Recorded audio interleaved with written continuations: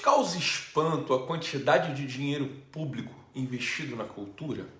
Veja esse gráfico.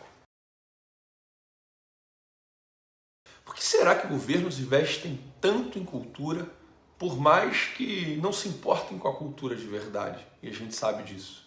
Toda a sociedade possui uma espécie de senso comum que a governa, que a individualiza e personifica. Algo como um espírito que a governa. Esse arcabouço de crenças, valores e normas morais que permeiam o imaginário das pessoas, meio que subliminarmente, atuando no seu inconsciente, guiando os pensamentos e, consequentemente, freando impulsos que possam pôr em risco a boa convivência social, dando um norte ao comportamento e às regras para uma boa convivência. O imaginário de uma sociedade ou seu sistema de crenças dará o tom e, principalmente, refletirá na maneira como as decisões dos indivíduos serão tomadas e os níveis de tolerância dessa população às questões da vida naquele contexto social. Sua relação com as liberdades, com ameaças, com atividades criminosas e, principalmente, sua percepção de satisfação e felicidade. A felicidade não é um assunto fácil de conceitualizar, porém, uma certeza é facilmente constatável. O imaginário de uma sociedade balizará sua percepção de felicidade. Assim sendo, ter domínio sobre o imaginário de um povo significa gerar a sensação de felicidade, senso de existência, de autoimagem, de sentido e de propósito, gerando a possibilidade de dominá-lo sem oposição ou resistência. Muito pelo contrário, significa ser um desejado e venerado dominador, ditador.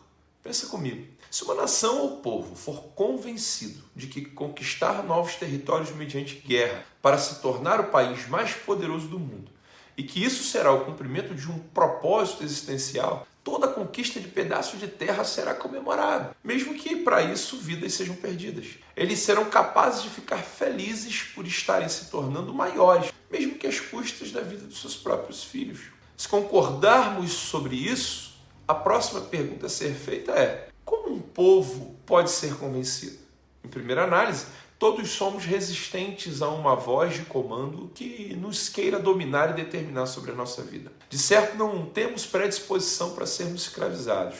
Inúmeras experiências históricas nos mostram que povos escravizados por muito tempo insurgiram-se contra seus escravizadores, tendo, via de regra, sempre logrado êxito.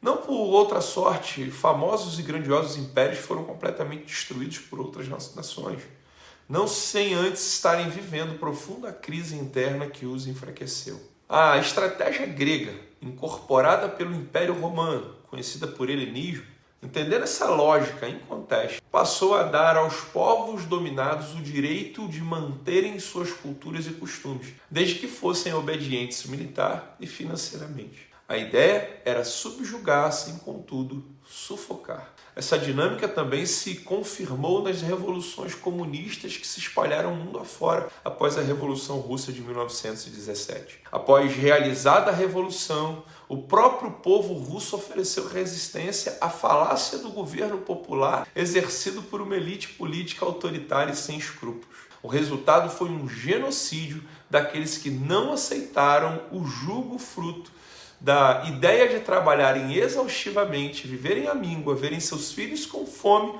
para sustentar luxo e ostentação dos líderes do partido e seus governantes. Lenin, Stalin, Mao Tse-tung e Pol Pot foram odiosos em tudo, a não ser para servirem como experimento mal sucedido do socialismo e comunismo, sonhado por Karl Marx. Os ideais marxistas provaram-se incapazes de cumprir o prometido, porém, funcionou como pano de fundo para outros ideólogos que vieram depois desses. Socialistas fabianos como George Shaw e H.G. Wells, ou Antônio Gramsci, os da escola de Frankfurt, como Walter Benjamin, Marx Horkheimer, o Habermas, Marcuse, Theodor Adorno, todos esses, além de outros neomarxistas, na sanha de entender o motivo pelo qual os planos de Marx fracassaram, encontraram na cultura dos povos seus grandes opositores. A conclusão deles foi muito simples. O proletário não quer a revolução que Marx e eles queriam. Para eles, o proletariado havia sido enfeitiçado pela burguesia e estavam extasiados diante do dioturno bombardeio do que chamaram de indústria cultural. Uma espécie de máquina de sonhos burguês, opressora e patriarcal, que formaria o imaginário dos povos e os colocaria em uma posição de subserviência aos interesses econômicos daqueles. Unanimemente, entenderam que deveriam quebrar a hegemonia cultural burguesa e introduzir um duplo pensar nos povos até que eles, sem entender que foram induzidos, clamem pela revolução e pela violência contra o estado de coisas, contra o status quo, contra os valores que nos permitiram chegar até aqui. Segundo Stuart Jeffers, em O Grande Hotel Abismo, se referindo aos ideais de da escola de Frankfurt, Walter Benjamin, quanto às artes, ele diz que ele queria explodir o contínuo da herança cultural, de modo que o oprimido pudesse enxergar as circunstâncias nas quais estava vivendo, revelando a barbárie que subjaz a beleza, sacudindo as massas de sua letargia. O que parecia ser normal devia ser exposto como perverso e opressivo. A ideia seria infiltrar militantes neomarxistas progressistas em todas as esferas das artes, mídia e escolas para perverter a cultura dos povos e conduzi-los a uma nova maneira de falar, de pensar, de desejar e de agir. Mudaria o imaginário do povo, criando novas imagens, criando estereótipos e rotulando grupos sociais por eles considerados opressores, mas que na verdade somente não querem que o tecido social seja esgarçado por ideias progressistas irresponsáveis e que não querem o bem das pessoas, somente a manutenção do poder político e a implantação de ditaduras comunistas. Em vez de arte em nome da arte, o século XX veria a arte em nome da política. Jeffers, se referindo à utilização da arte como ferramenta de aculturação dos povos, que se tornariam socialistas, progressistas, feministas, abortistas, gaysistas, sem que ao menos se percebessem isso. Esse é um breve resumo de um trabalho camuflado, sorrateiro, persistente e que já dura longos anos. Os neomarxistas estão há mais de um século trabalhando nas bases da formação cultural do Ocidente, de sorte que as nações ocidentais estão praticamente afundadas em um jeito de pensar onde homens devem ser femininos e mulheres masculinas. A sexualidade é fluida, de sorte que cada um escolhe o que quer ser, mesmo que isso signifique não ser nada.